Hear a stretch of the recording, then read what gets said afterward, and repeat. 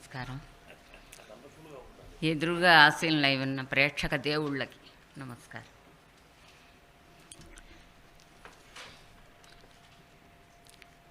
నాకు ఈ సన్మానం చేస్తానని రేవతి రామకృష్ణ గారు చెప్పగానే నాకు వద్దండి, అసలు నేను ఫీల్డ్ నుంచి బయటకు వచ్చి చాలా కాలం అయింది, వద్దండి అంటే, కాదు మా మామగారి పేరు మీద మీకు చెయ్యాలి అని చెప్పి బుర్రా సుబ్రహ్మణ్య శాస్త్రి గారు గొప్ప మహానుభావులు, ఎందరో మహానుభావులు, అందరిలో ఆయన అంత గొప్పవారి అవార్డు నాకు ఇవ్వడం చాలా సంతోషంగా ఉంది, చాలా గర్వంగా కూడా ఉంది. నేను ఆయన నాటకాలు ఎప్పుడూ చూడలేదు, తెలియదు. నేను సాంఘిక నాటకాలు వేసేటప్పుడు ఆయన మంచి పేరులో ఉన్నారేమో. నేను పౌరాణిక నాటకాల్లో ప్రవేశించిన తర్వాత తెలియదు, చూడలేదు. నేను చూడలేకపోవటం నా దురదృష్టం.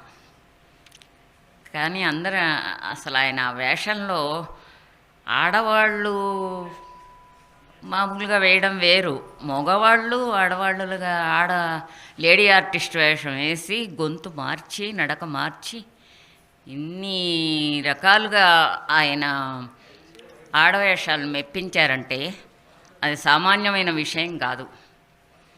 చాలా చాలా గొప్పవారు ఆయన. ఈవేళ ఆయన అవార్డు నాకు ఇవ్వడం నాకు చాలా సంతోషంగా ఉంది.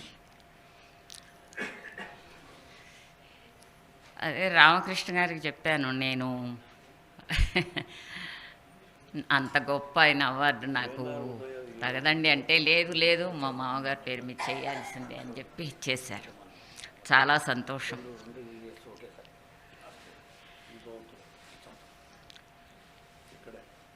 నేనిక అసలు నాకేమీ తెలీదు, ఏమీ తెలియని దాన్ని పద్యం పాడిచ్చింది వారు శివప్రసాద్ గారు. పద్యం అంటే తెలీదు, పద్యాన్ని పాడిచ్చి పద్య నాటకాల్లో నన్ను చాలా గొప్పదాన్ని చేశారు. సత్యభామగా చేశాను, నర్తనశాలలో సైరంధ్రిగా చేశాను, చింతామణిగా చేశాను, చాలా చాలా చేశాను. హిస్టారికల్ నాటకాలు వేశాను. కాళిదాసు విద్యాధరి వేశాను, వారు కాళిదాసు.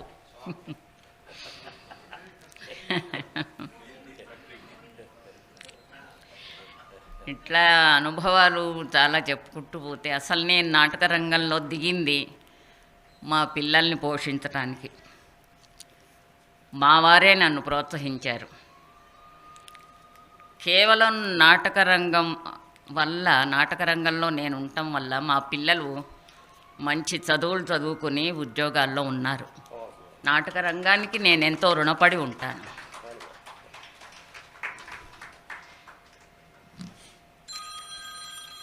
నేను ఇప్పటికీ చెయ్యాలని ఉన్నా ఆరోగ్యం సహకరించటం లేదు, చెయ్యలేను, పాడలేను.